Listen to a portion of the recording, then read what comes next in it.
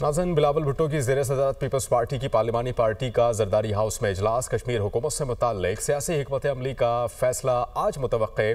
फरियाल तालपुर राजा परवेज़ अशरफ कमर ज़मान कायरा इजलास में शरीक हैं। इजलास में पीपल्स पार्टी आज़ाद कश्मीर की तमाम क़यादत भी मौजूद है। बिलावल भुट्टो की ज़ेर सदारत पीपल्स पार्टी की पार्लिमानी पार्टी का जरदारी हाउस में इजलास।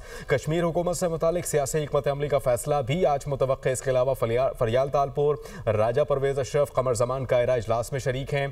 इजलास में पाकिस्तान पीपल्स पार्टी आज़ाद कश्मीर की तमाम क़यादत भी मौजूद है। नाज़रीन, बिलावल भुट्टो की ज़ेर सदारत पीपल्स पार्टी की पार्लिमानी पार्टी का जरदारी हाउस में इजलास। कश्मीर हुकूमत से मुताल्लिक सियासी हिकमत अमली का फैसला आज मुतवक्के।